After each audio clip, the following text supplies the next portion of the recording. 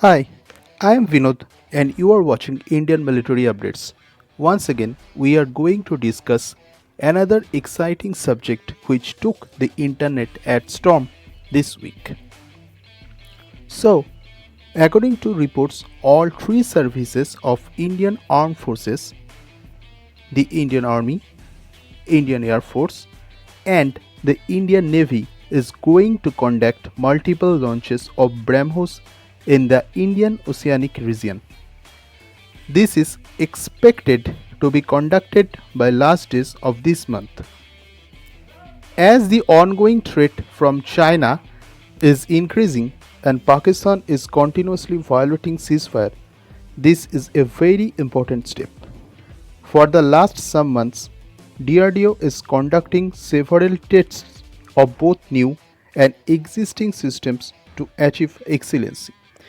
Three most important tests of these were demonstration of hypersonic technology, supersonic missile assisted release of torpedo aka SMART, and Shaurya, which can hit targets at over 800 km range.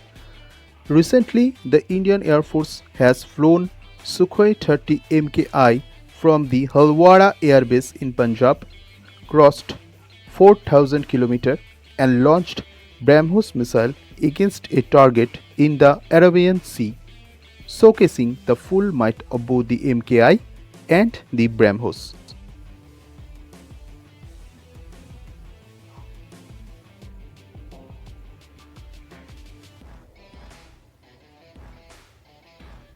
BrahMos is a ramjet-propelled supersonic cruise missile jointly developed by Russia and India. Initially, it had a range of 290 km, but currently the range is being increased gradually.